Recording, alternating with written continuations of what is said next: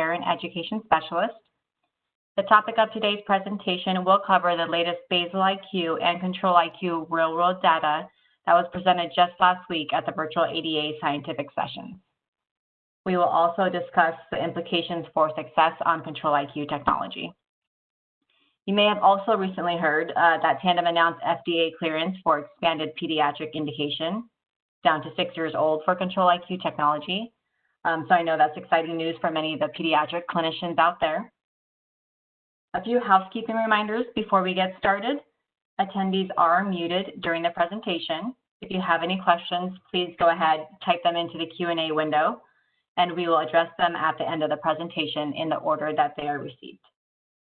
We anticipate the presentation lasting about 40 to 45 minutes, and we will leave time at the end for some Q&A. Today, I have the pleasure of introducing our two presenters, Dr. Jordan Pinsker from the Sansum Diabetes Research Institute in Santa Barbara, California. Dr. Pinsker was an investigator on the pivotal trials of Basal-IQ and Control-IQ technology. He is board certified in clinical informatics and pediatric endocrinology and general pediatrics. Dr. Pinsker's interest is in advancing technology to help people with diabetes, and his work focuses on utilizing accessible technologies and applying them in life-changing ways.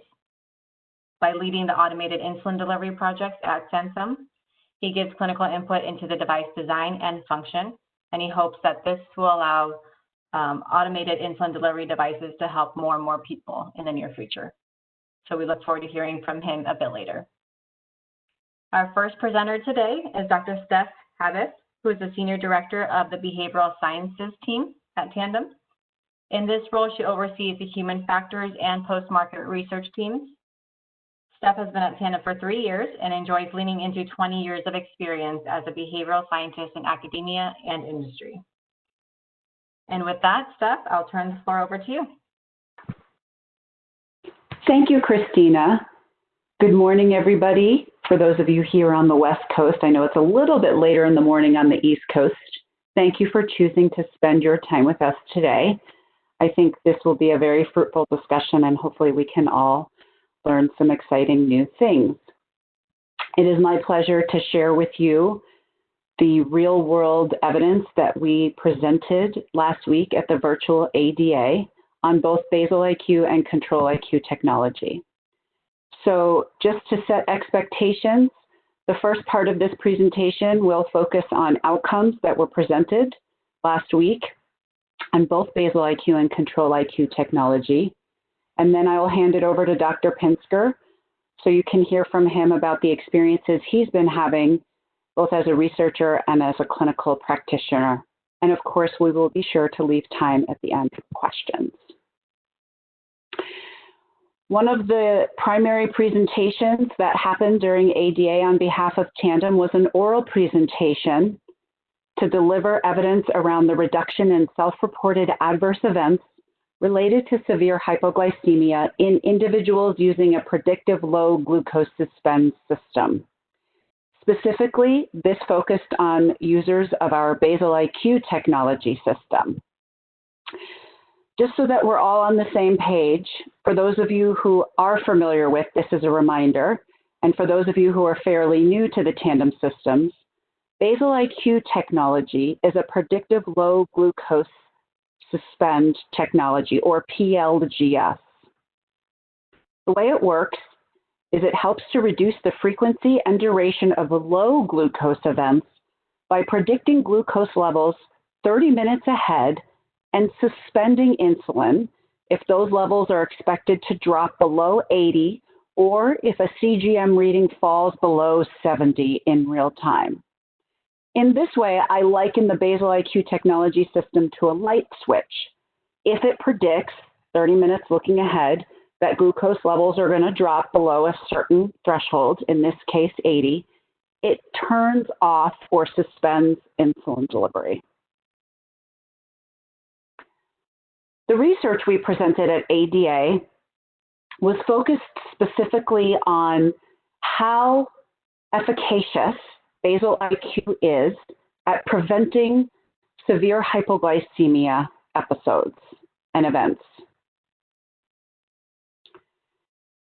Not that much is known about the impact on severe hypoglycemia-related events for people with diabetes in a real-world setting. So the primary aim of this study was to examine self-reported severe hypoglycemia-related adverse events before users of the Basal-IQ system onboarded to Basal-IQ, and then in the 6 months during their first 6 months on the PLGS system. People with type 1 diabetes who recently started using the X2 insulin pump with Basal-IQ were recruited to provide feedback on their experiences using the system. Consent was obtained for the study, and the participants who offered up their feedback received a nominal gift card at the completion of the study. Participants self-reported severe hypoglycemia related to adverse events at baseline prior to initiating use of Basal-IQ, and then during their first 6 months of use. Pre and post differences were analyzed using a Fisher's exact test. Whoops. One of the first outcomes we reported was paramedic visits due to hypoglycemia.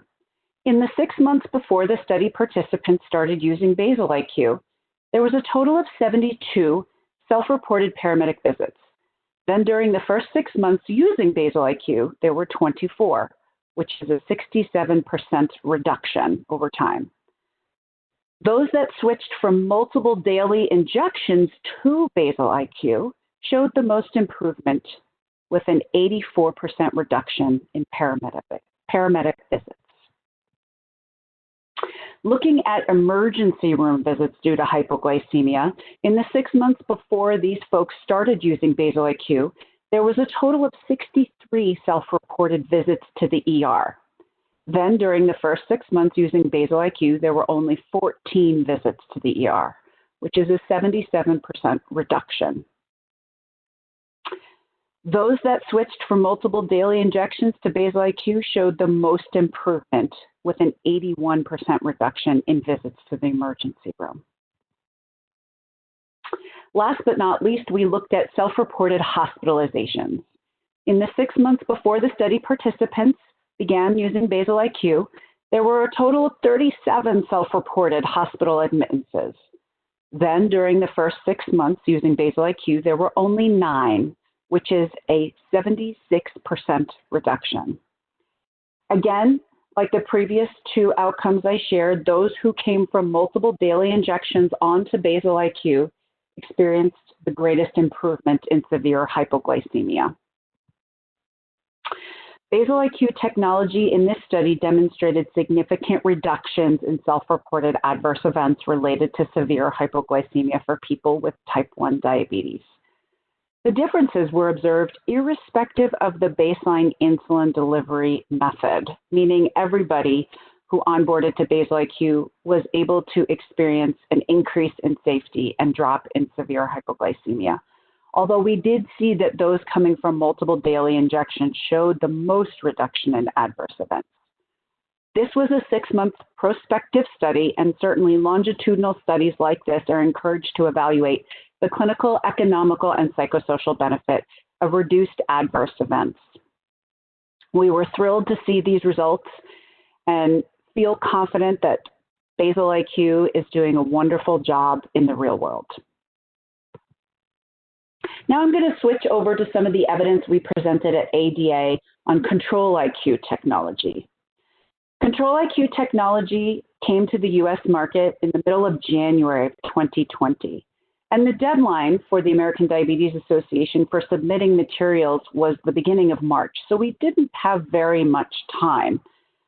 But we were able to pull together what I like to call our first look under the hood. If you imagine that the Basal-IQ technology is like a light switch in that it predicts 30 minutes into the future based on sensor readings what is going to happen with blood glucose levels, you can think of Control-IQ technology like a light dimmer in that it can slowly increase and slowly decrease insulin delivery as needed. With this research, what we attempted to do was, like I said, take our first look under the hood and we wanted to examine the introduction of Control-IQ technology into the real world. We were able to have enough time to conduct retrospective data analysis of glycemic trends from individuals who updated their pump software to Control-IQ technology. So to be clear, this research focuses specifically on software updaters. What we did was we went and found data available in the T-Connect web application, and we used inclusion criteria that isolated people who had anywhere from 14 to 30 days of t:slim X2 insulin pump use prior to updating their software to Control-IQ technology. And then those that had between 14 and 30 days of Control-IQ technology software usage data available were analyzed. Again, we had to cap this analysis off at March 11th to have enough time to submit our materials to ADA. And specifically, only users with at least 75% of CGM availability during the entire time span, both before and after the Control-IQ software update, were included, as outlined by published ADA consensus guidelines on data sufficiency. This allowed us to control for the variable of CGM connectivity to understand how the system was performing in the real world. We presented two scientific posters. The first poster was titled Control-IQ Technology in the Real World, the First 30 Days. This publication outlined system automation and real-world glycemic outcomes in a sample of Control-IQ technology software updaters. The second poster focused on any differences that may exist between folks with self-reported type 1 and type 2 diabetes using Control-IQ technology. All data is third-party verified by UC San Diego researchers. So let's look at who these folks were.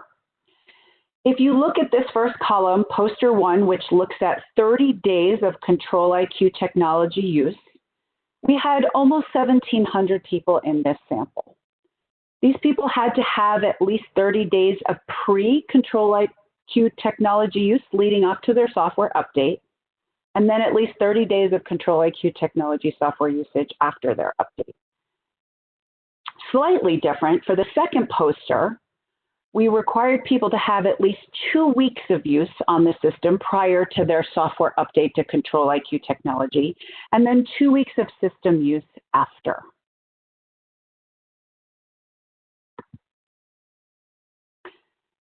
One of the outcomes that we're pretty excited about is that the percent of time in closed-loop automation for Control-IQ technology software updaters was 96%.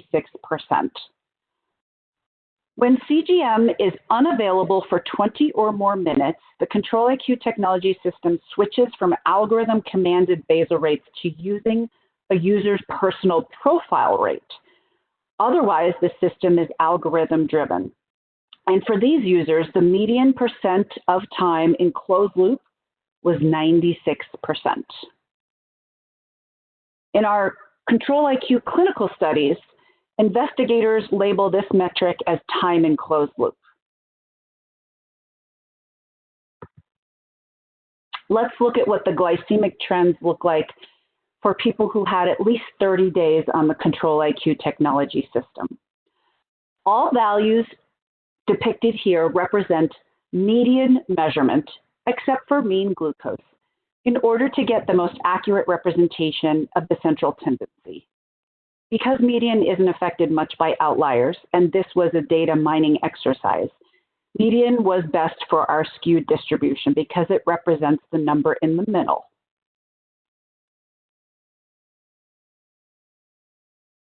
We were thrilled to see, for those who onboarded to Control-IQ technology, a 10% increase in sensor time in range.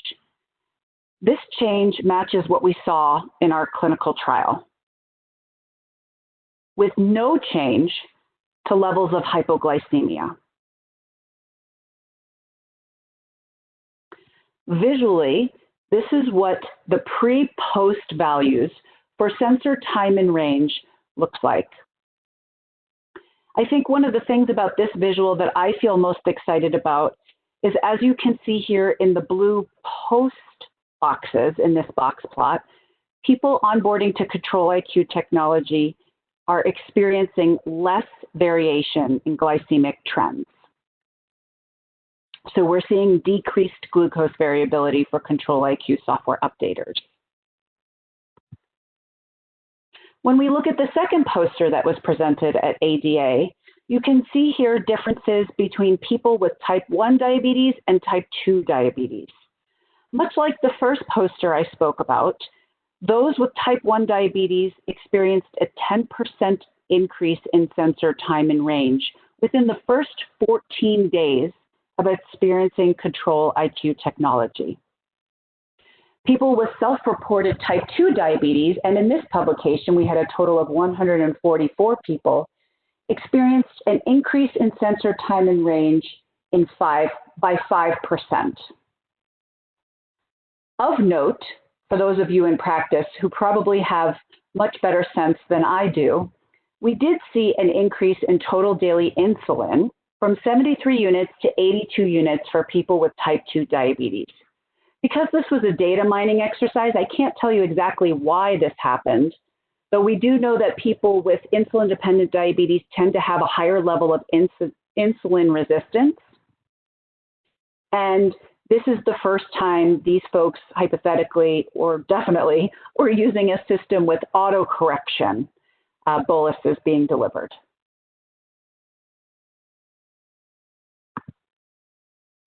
Again, visually, this is what the pre-post time and range outcomes look like for people with type 1 diabetes and type 2 diabetes during their first 14 days on the Control-IQ technology system.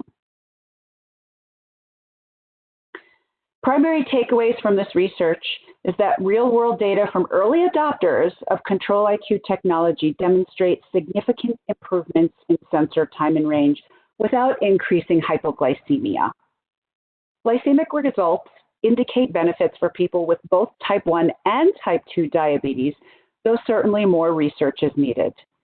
What we feel very confident and excited about and is very promising is outcomes were improved for all users across all demographics.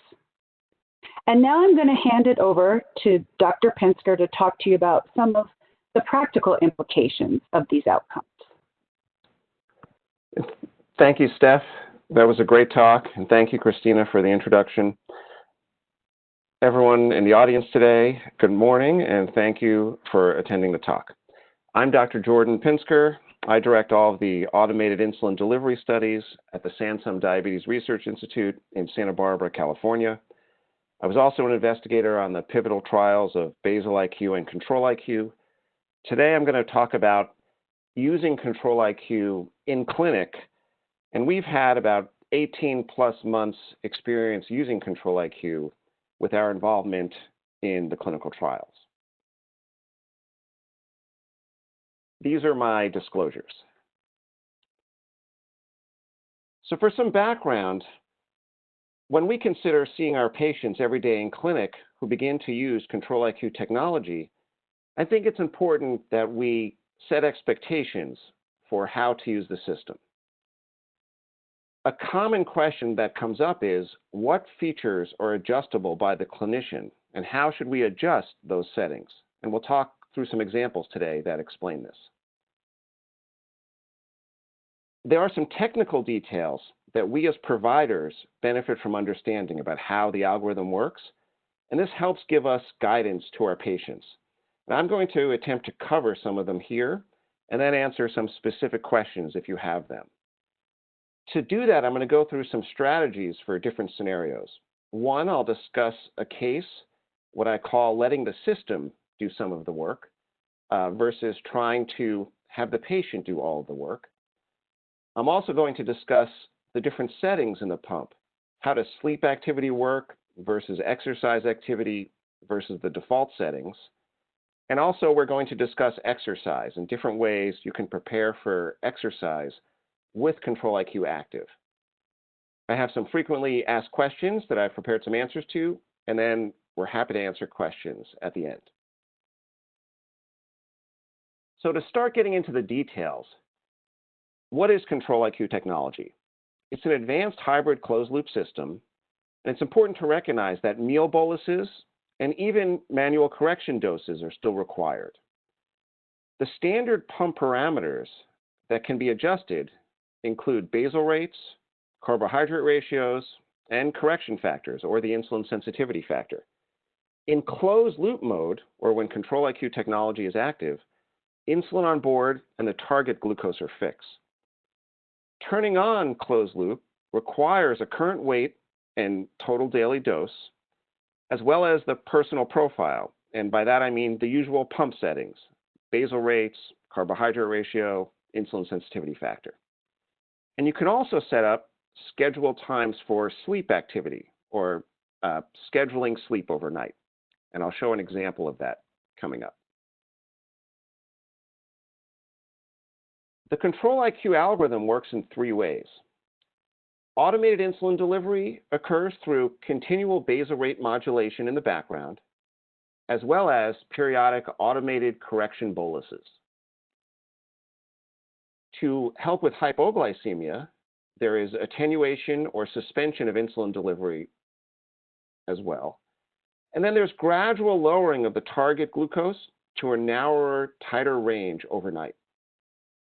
Now, the system can vary the insulin infusion rate in the background from 0 basal rate all the way to a maximum of 4 times the preset basal rate in the user's profile, based on the predicted CGM 30 minutes in the future. And this seems like a lot. So a question comes up all the time: how can we as the clinicians influence the algorithm's behavior if it's already doing so much? So we'll go through some of these settings now, and then some examples of why the settings matter and how to adjust them.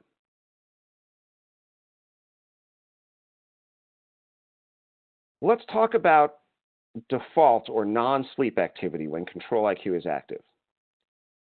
The system can adjust basal rates, again, anywhere from 0 to 4 times the program basal rate.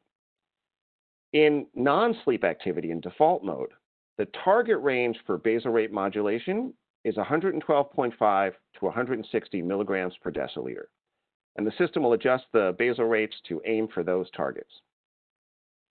The algorithm uses tracked total daily insulin for calculation of a correction factor for basal rate modulation. Automated corrections will also occur if no bolus was given within the last hour, if the CGM is predicted to be greater than 180 milligrams per deciliter in the next 30 minutes. The automated corrections are calculated by giving 60% of the usual correction dose based on the patient's preset correction factor in their personal profile, using a fixed target of 110 milligrams per deciliter, and these are adjusted for insulin on board. The fixed target of 110 is also used for the default calculation of user-initiated boluses during automated insulin delivery. So in summary, the system does both basal rate modulation and automated correction doses, although these automated correction doses are somewhat reduced doses based on the frequency of corrections and are limited by the insulin on board.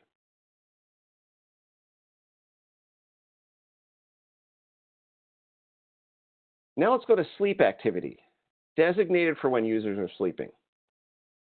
The target range during sleep is gradually tightened from 112.5 to 160 in the default mode, down to 112.5 to 120 milligrams per deciliter overnight. When sleep activity is active, basal rate modulation is the only form of correction that occurs. There are no auto-correction discrete boluses. The system will not suddenly give you a unit here or 2 units there. It will only modulate the basal rate in the background. And sleep can be scheduled or activated manually. Sleep time needs to be set up in the settings, and I usually do this when I'm helping a patient set up a pump. And the reason sleep time ranges for the lower target is that theoretically overnight. There are no meals happening. There are no other boluses going on. So basal rate modulation to a lower target can occur safely. So knowing all of this, how can we help our patients use the system? And I'm going to talk through a few examples here to show you how we've adjusted settings for patients on Control-IQ. So this is a download of T-Connect data from one of my patients. And there's a lot going on here that I will talk you through. So first, you can see the CGM line, the green line here, going across the page. And you see this patient's time 70 to 180, bounded by the orange bars, is pretty high. And this is clearly maybe 90% or higher time in range. And other than what looks like sleeping on the sensor, a compression artifact in the middle of the night that rapidly resolves after the patient's no longer sleeping on the sensor, the CGM is always connected. And that's what we see with Control-IQ. The CGM signal comes back, and the system is instantly back in automated insulin delivery. Now you may say, this patient has a great time in range, he should be happy. But this patient's still doing a lot of work. If you count the manual boluses here, you see from the brown bars, 1, 2, 3, 4, 5, 6, 7 boluses. You see 2 automated corrections occurring. These are the little teardrop icons that appear on the screen. And on the bottom of the page, you see quite a bit of basal rate modulation occurring. You see bars going up and down as Control-IQ is raising or lowering the basal rate in the background. And if this patient had results like this most of the time, he might be happy. But most of the days for him look like this. The patient with these brown bars here is giving more than 7 boluses a day. And what you see is the system gives 2 autocorrections. One here at about 3 in the afternoon and one here at about 5:30 in the afternoon. But the patient, after these autocorrections, decided to give 3 more different boluses with resulting hypoglycemia. Now, why does he do this? Because for his management of diabetes, he likes to control the system. He likes to bolus frequently, give what I call sometimes micro boluses all day, and really wants to control what the system is doing. So he's unhappy because he's getting hypoglycemic with his boluses on top of the autocorrections. He treats these lows, and he has resulting hyperglycemia and ends up giving more corrections later. At the same time, the system is modulating basal rate in the background. You can see at the end of the day, where I have the arrow pointing, the system is raising basal rates on top of the corrections the patient is giving. So a patient will come into clinic and say, how do I match what I'm doing with what the system is doing? What settings actually matter that you as a clinician can change to smooth this out? Well, here's what we did for this patient who came back a week later. First, I said, if you are really concerned about these autocorrections, we set him to night mode or sleep activity 24/7.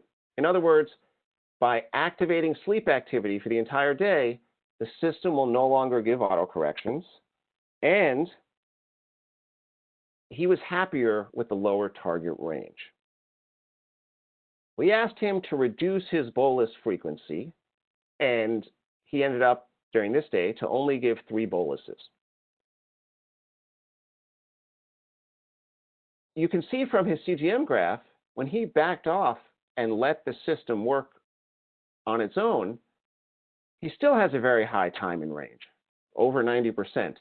But his glucose curve is much smoother now, and he's not dealing with all the glucose variability.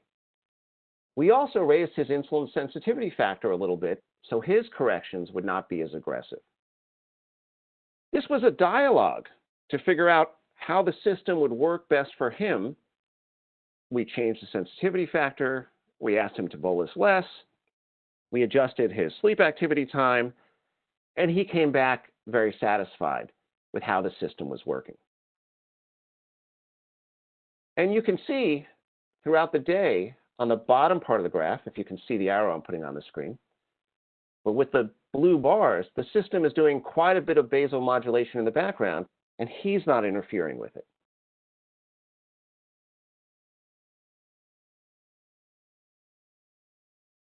Let's talk about exercise activity. I think exercise is a tough challenge on any given day. There is an exercise activity button in the settings of the pump. And when you activate it, the little running man icon appears on the pump screen. By activating exercise activity, the target will be set to 140 to 160 milligrams per deciliter for basal rate modulation.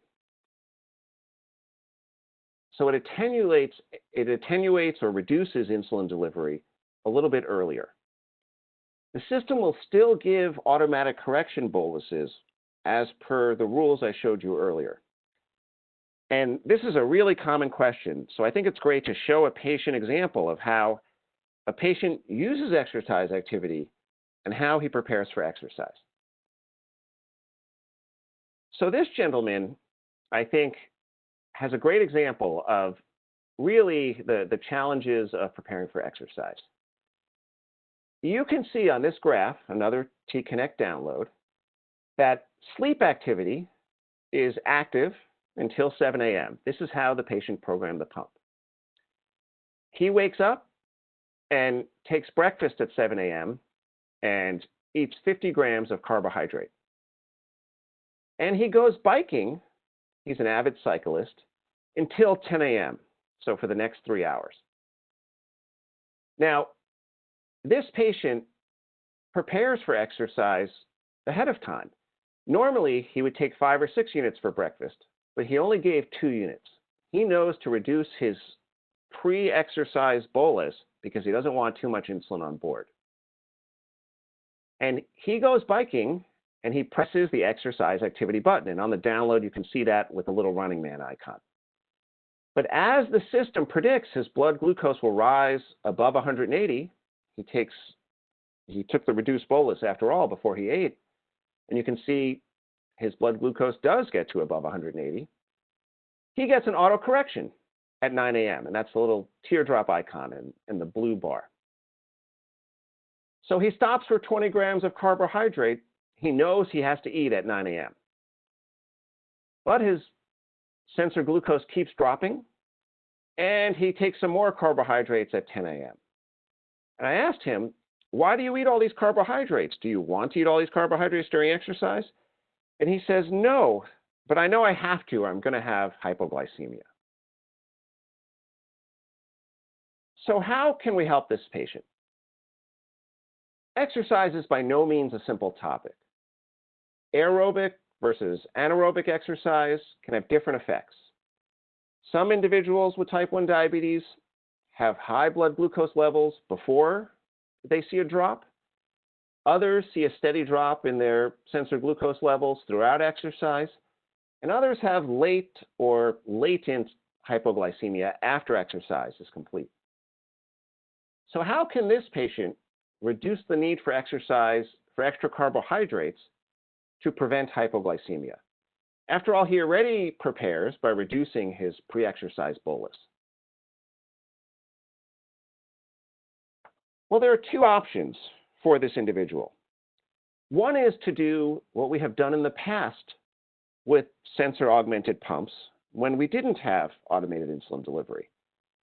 You can set the pump to go to manual mode, turn Control-IQ off, and set up a temp basal of 50% at 45 minutes to an hour ahead of time, and use that throughout exercise rather than use the exercise activity. But he likes for Control-IQ to be active. He doesn't want to have to activate or deactivate Control-IQ. So another option is to set an exercise-specific profile with a reduced basal rate and an increased insulin sensitivity factor. For example, here on the profile download that we get from T-Connect, you can see he has a basal rate of 0.9 units per hour and a correction factor of 20, 1 unit for every 20 milligrams per deciliter. But if he has an exercise profile that he activates, and he can certainly still use exercise activity and press that button to get the little running man icon, if you set him a lower basal rate, the system will start oscillating around that basal rate. And remember what we talked about earlier. The automated corrections are calculated by giving 60% of the usual correction dose based on the patient's preset correction factor in their profile, using a fixed target of 110 and adjusted for insulin on board. So if we adjust that correction factor, if we raise that number, the system will give less insulin, and he will worry far less about being overcorrected during exercise.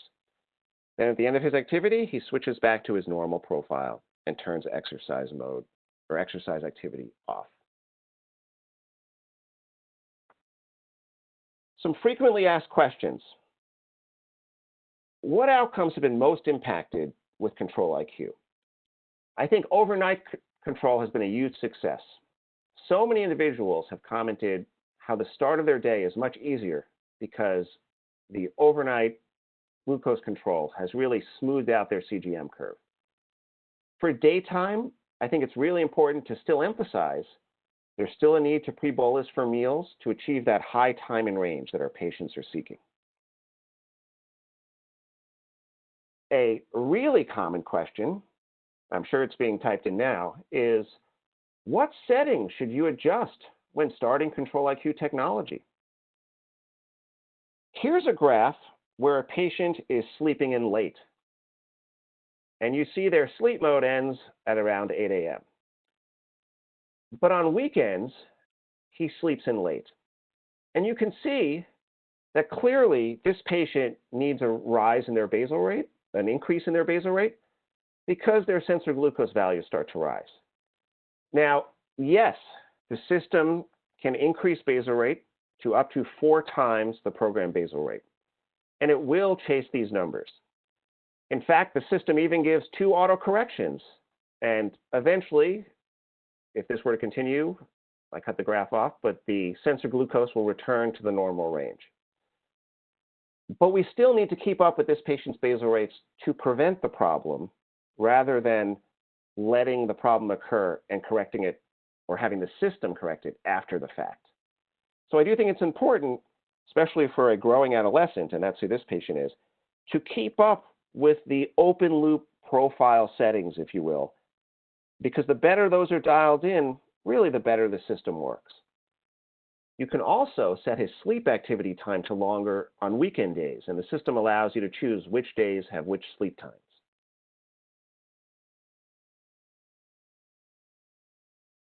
If I were to continue this question, what settings should be adjusted?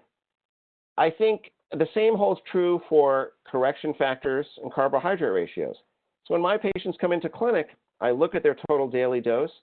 I use these common rules, the rule of 1800s, for example, to calculate what their insulin sensitivity should be based on their total daily dose. And I try to say, do these settings make sense for you, and are they working?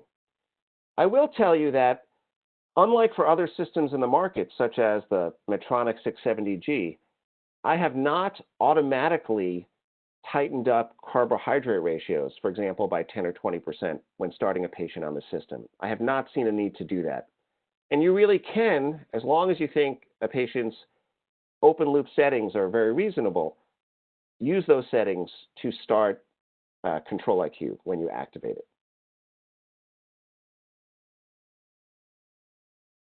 I think it's just as a final slide before we answer some questions, to really make this try to make this a really positive experience for patients. I think generally patients have reported very high satisfaction with the use of the system. They really, I think, appreciate that the CGM is almost always connected and there's no need to turn Control-IQ on or off. As long as CGM points come back on, the system is going. And really, have patients explore so they understand the limitations of the system. This gentleman figured out, and he was happy to send me a screenshot of his pump from not too long ago, that if he ate his favorite cookie before bed, he finally didn't have to bolus for this and then cause a low in the middle of the night. The system took care of it. And you can see the gradual improvement of his blood sugar values overnight on the graph. And he was just thrilled that he understood the limitations of the system, when he had to bolus, when he didn't, and really try to make this a positive experience for them. And I think that's something often missing in diabetes care. So I'm going to stop here and see if we have any questions. Thank you, Dr. Pinsker. Thank you, Dr. Habif, for both your insightful presentations today. At this time, go ahead and put in your questions in the Q&A window if you haven't already, and we will address them in the order they are received. So during the presentation, looks like, Dr. Habif, I'm going to start with you. Could the 96% adherence in closed loop be attributable to the Dexcom warm-up period of 2 hours? Right. Thanks for that question. When we are analyzing the rate of automation, sensor warm-up time counts against time in closed loop. So theoretically, with the state of technology right now, theoretically, people cannot get to 100% automation in closed loop. Thank you for the question. Thank you. All right. I think, Dr. Pinsker, you probably have most of the rest of these questions here, so let me scroll back up a little bit.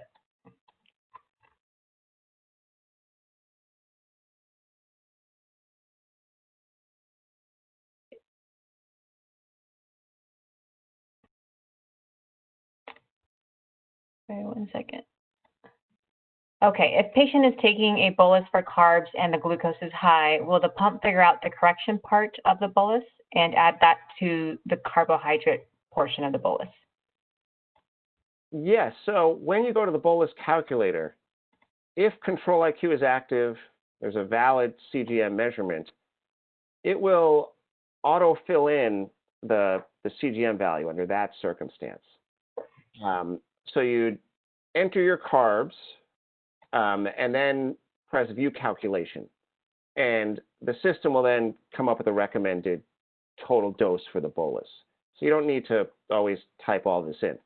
Now, the bolus calculator understands insulin on board, obviously, as well as the auto corrections that occur are limited to once every hour, and they're also limited by insulin on board. So just like in the example I showed, if the patient is bolusing frequently, there will be a lot of insulin on board, and that will limit what's recommended for corrections, and as well as the auto corrections. Great question. Thank you. And there was a question about more clinical pearls on how to use exercise, and I think you addressed that really well in that exercise slide. What I would kind of add on to that, which may be helpful, which we get this question a lot, is how soon do your patients start exercise activity before their exercise? Great question. So just like if they were using a pump without automated insulin delivery, you really need to reduce that insulin on board at least 45 minutes to an hour ahead of time for any significant aerobic activity. So I recommend they do that at least 45 minutes to an hour ahead of time, and that's where I see the best results.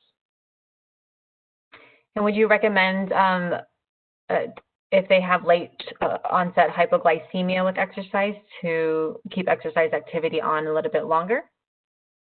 I do, and I think this is a little bit that patients have to experiment with and figure out what works for them. If they're consuming carbohydrates toward the end of exercise, you may want to then turn off exercise activity a little bit sooner. But if they're not, yes, you can leave it on a little bit longer. And I think it involves a little bit of trial and error to figure out the exact routine that works for those patients, for each individual. Perfect, thank you. Let's see here. A lot of these we've answered. Here's a Pete's question. So I'm a pediatric endocrinologist. So moving from Basal-IQ to Control-IQ, in the 6 and up group, what's the most important, weight or TDI? It's a great question. Those settings are used, and they really primarily affect the future glucose prediction. And there are limits to these that are programmed into the pump. So on the other end, not for necessarily very young children, but greater than 100 units per day, you'd have to limit it to 100. Or if you're less than 55 pounds, you'd have to put in the minimum weight. Either of those, they don't have to be exact. And I think adjusting either of those at each 3-month visit is more than enough to keep the system working optimally. And so I don't think they are the primary drivers of the system. And it's okay to wait 3 months to adjust those. And it doesn't have to be done that frequently by the patient. And they're really used to influence the future glucose prediction. Okay, thank you. Is there a dual wave bolus option in Control-IQ? And if so, what is the most effective to use? In our pump, it's called a extended bolus. Right, and the extended bolus can only be limited to 2 hours, I believe, on this pump. So there is an option, but you can't set it for an 8-hour extended bolus because essentially the system is an extended bolus to some extent, in that it's going to be modulating basal rate or giving corrections in the background. So you can really only do it for 2 hours, and that's the max you can do. And I find that actually works really well, and I encourage patients to use that for high-fat meals, for example. And there are some who use it for almost every bolus, but there's a 2-hour limit to recognize for those extended boluses. And then what's the best way to help a patient on Control-IQ if they're struggling to bolus for their meals? Right. So I think, sorry, I clicked on the screen here. I think it's really important to emphasize that, with single hormone insulin delivery, if you want to get that 80+% time in range that some of these, many of these patients are getting to, 75, 85% time in range, you really need to pre-bolus, or there's going to be hours of hyperglycemia before the system can really bring the sensor glucose back into range. So yes, there will be automated corrections, but I think it's important to emphasize to patients that these corrections, again, are only part of what you need, and it's difficult to bolus later and not get into trouble. Having said that, what I teach patients to do is, ask them, what are you going to do if you forget to bolus and you want to give a correction later, but the system's also correcting? How do you know what to do? So I tell them, one, look at the pump screen, and if you see that blue diamond, the screen is already, the system is already raising basal rate in the background, right? It's giving more insulin. Two, click in the top right corner and look, when was the last bolus given? If you see the system gave an autocorrection, don't go an hour later after you ate and forgot to bolus and give the full bolus up front if both of these things are happening, because then you're going to have almost a double dose on board. So I advise patients to reduce that correction based on what the system's doing. And they can look at the screen for that blue diamond, as well as look at when the last autocorrection was given. So if they bolus late, they don't overcorrect. Perfect. Thank you so much. There's a question about, can you schedule the exercise activity like you would scheduling sleep, and maybe kind of speak to how that is programmed, and then I could add on to that as well. Yeah, I mean, I don't, you activate it. I don't have an example in the activity settings here, but I don't think we can schedule exercise activity. You mean like the day before? I don't think that's possible. And Christina, correct me. Yeah, and with the sleep activity, you can program that based on what time you normally would go to sleep, and it would, turn on at that time and turn off at that time. We've heard the request to have a functionality like that with exercise activity. So it's something that we've heard is definitely a nice to have request and feature. So we are looking into that for future software enhancements. Let's see. For someone new to pump therapy, how long should you wait to start Control-IQ? That's a great question. How long should we wait to start Control-IQ? Because I think what this question is really getting at is also another question.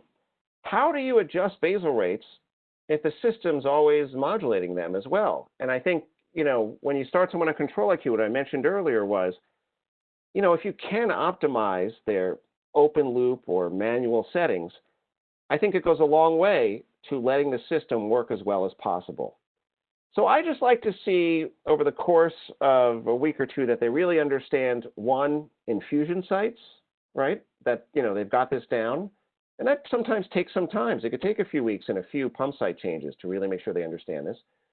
Two, that we have them on reasonable basal rates at all the different times of day, because the system will use those basal rates if it projects that their sensor glucose will be in the target range. Right? So after, pretty quickly after establishing that they're doing that, we've turned on Control-IQ. And I think in the course of the pivotal trial, for example, we had a 2-week pump run-in for former MDI users, multiple daily injection users. And after 2 weeks, we started Control-IQ, and they went off to the races, and we're using it.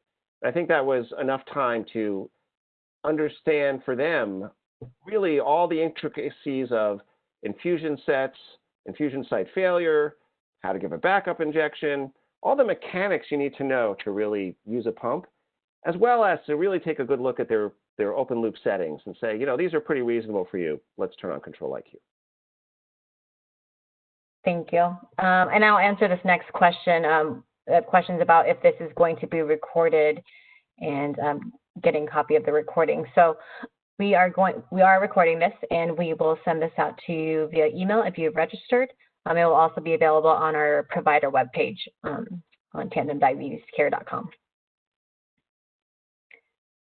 Another question about exercise. Let me find it real quick. It escaped me. What would you do or recommend for a patient who grazes all day long and has never had routine meal times and is an avid cyclist? Yeah, it's a great question. I think this is one of the challenges of insulin-only delivery is grazing or eating frequently.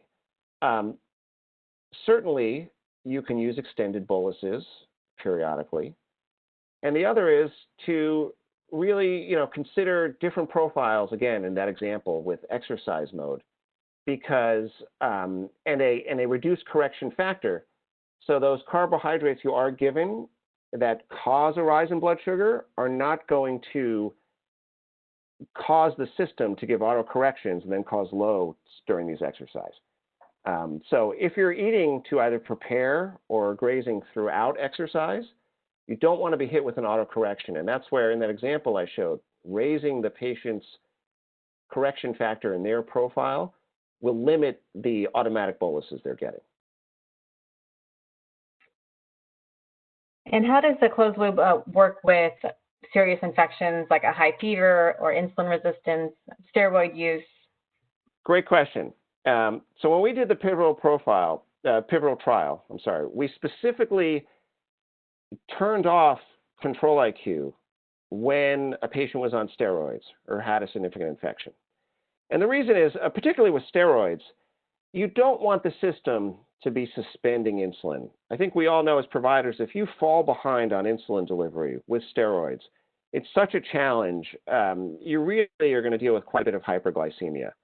And so when the sensor glucose was dropping, we did not want to see attenuation or suspension of insulin delivery.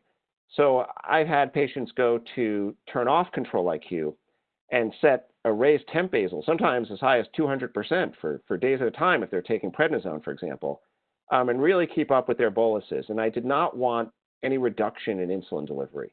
So I think that's still a challenge, and there's still a role for manual intervention at times like that. Thank you. And I think we'll take maybe 2 or 3 more questions here, Dr. Pinsker. With changing basal rates or adjusting the basal rate settings, and knowing when to do so, would it be most effective to observe the areas of the most basal modulation to guide where to focus those changes? Yes, and I'm going to move the slides a little bit back to some of those examples. So you look at both. In this graph, you can see quite a bit of basal rate modulation, but you can also look at their download and see when they're not eating, the glucose is rising, the system is correcting, the system is then doing quite a bit of basal rate modulation. So this combination of factors tells us this patient needs more basal rate to correct the problem ahead of time rather than just responding to it. So I think the T-Connect downloads are very helpful to do exactly what this question suggests.